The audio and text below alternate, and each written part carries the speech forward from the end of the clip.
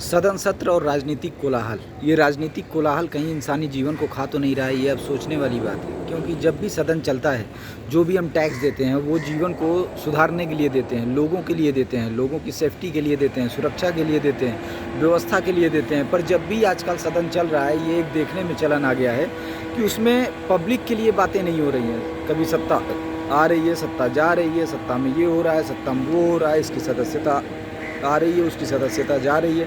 पर ये आने जाने के खेल में पब्लिक चली जाती है। पब्लिक क्यों चली जाती है? क्योंकि ये आवन जावन वाले गेम में, आवन जावन के गेम से पब्लिक को कोई लेना देना नहीं है। जो रहेंगे वो तनख्वाह पाएंगे, जो रहेंगे उनको अनाउंस मिलेगा, बाकी फैसिलिटीज़ मिलेगी। रहेंगे या नहीं रहेंगे वो भी उन्हीं के हाथ में है, टिकट किसको देना है वो भी उन्हीं के हाथ में, जीतना हारना भी उनके हाथ में है। पर जब सदन बैठता है तो पब्लिक ये चाहती है कि पब्लिक के लिए कुछ काम हो।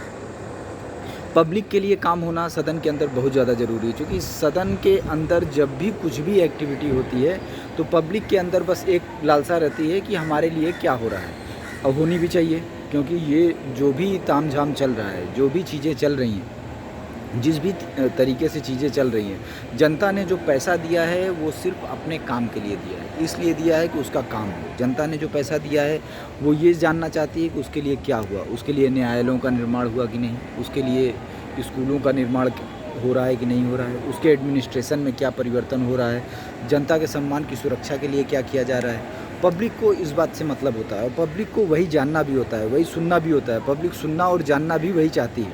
पर वर्तमान स्थिति में हम अलग ही चीज़ें सुनते हैं। क्या ये सस्पेंड हो गए, क्या ये फलाना हो गए, ये ढिकाना हो गए।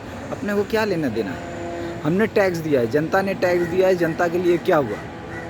जो बच्चे अशिक्षित हो रहे हैं फीस के बगैर, उनकी शिक्षा के लिए क्या हुआ? जनता सरकारी ऑफिस में जाती है, सामने वाला अधिकारी कोई उल्टी बात करता है, काम नहीं करता, तो उसके लिए आपने पब्लिक सिक्योरिटी बिल बनाया क्या, पब्लिक सेफ्टी बिल लाया क्या, पब्लिक सेफ्टी एक्ट लाया क्या? हम कुछ नहीं जानना चाहते कि कौन से स्टेट को कौन टेक ओवर कर रहा है, कौन से स्टेट को कौन टेक ओवर कर रहा है। अपने को कुछ लेना देना नहीं है उस चीज़ से। अपने को ये लेना देना है कि जनता के सम्मान के लिए आपने क्या काम किया, जनता के सम्मान के लिए क्या हो रहा है, पब्लिक के सेफ्टी के लिए क्या हो रहा है, पब्लिक के रिस्पेक्ट की रक्षा के लिए क्या हो रहा है, पब्लिक के अधिकारों की रक्षा के लिए क्या हो रहा है। ये देश संविधान की प्रस्तावना के हिसाब से क्या कर रहा है?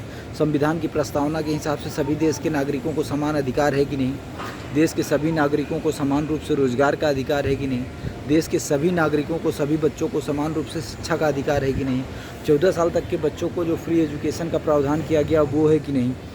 बाकी के रिसर्च एंड डेवलपमेंट के क्षेत्र में जाने के लिए बच्चों को अवसर हैं कि नहीं? क्या संविधान में इस तरीके के परिवर्तन किए गए हैं कि बच्चे रिसर्च एंड डेवलपमेंट के क्षेत्र में अपने देश में जाएं, पेटेंट बनाएं, अपने देश के काम आए? कि ऐसा है कि मतलब प्रारंभिक एजुकेशन ले लिया और रिसर्च किसी और कंट्री में करेंगे और उनके मेहनत का परिणाम उधर आएगा, फिर उधर से वो पेटेंट पे काम करने के लिए काम यहाँ की फैक्ट्रियाँ ले लेंगी, फिर यहाँ के जो बाकी के बच्चे रहेंगे उस बच्चे के अलावा वो उस फैक्ट्री में उनके लिए काम करेंगे, बाहर की कंट्रीज़ के लिए। तो अब हम भी और ये देश, यहाँ के युवा अब ये सब नहीं करना चाहते। अब हम चाहते हैं कि हमारा देश सशक्त हो, समृद्ध हो, ताकतवर देश के रूप में उभरे।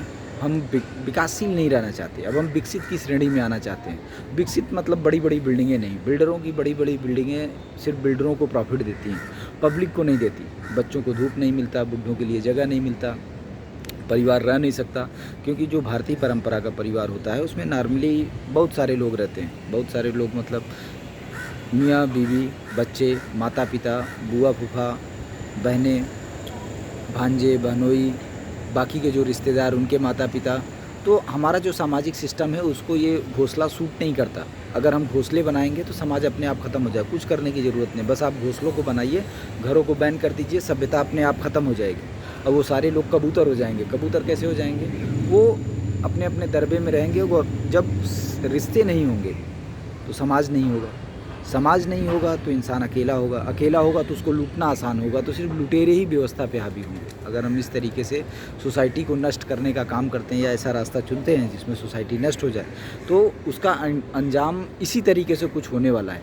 तो हम ये चाहते हैं कि हमको इन समस्याओं से निजात दिलाने के लिए सरकारें सदन के अंदर कुछ करें, कुछ ऐसा करें जिससे हम प्रॉब्लम से निकल के बाहर आएँ, कुछ ऐसा करें जिससे ये प्रॉब्लम हमारे जीवन से निकल जाए। हम इन समस्याओं से निकलना चाहते हैं, हम इन विपत्तियों से निकलना चाहते हैं, हम इन दिक्कतों से निकलना चाहते हैं। हमको वो जानना है हम ये सब नहीं जानना चाहते कि किस पार्टी का क्या हुआ, कौन सी पार्टी किसके मूर्ति के नीचे खड़ी है, कौन सी पार्टी किसके मूर्ति के नीचे खड़ी है। अपने को कोई लेना देना नहीं। हमने पैसा दिया है, हमने पैसा दूसरे काम के लिए दिया है। सामाजिक काम करने की ज़रूरत नहीं, उसके लिए सामाजिक संस्थान है, वो सामाजिक कार्य करेंगे। जो टैक्स दिया गया है, जिस काम के लिए दिया गया है, उसमें क्या हुआ ये बताइए। सबसे पहले ये बताइए कि एजुकेशन में क्या हुआ, बच्चों के एजुकेशन के लिए क्या किया गया।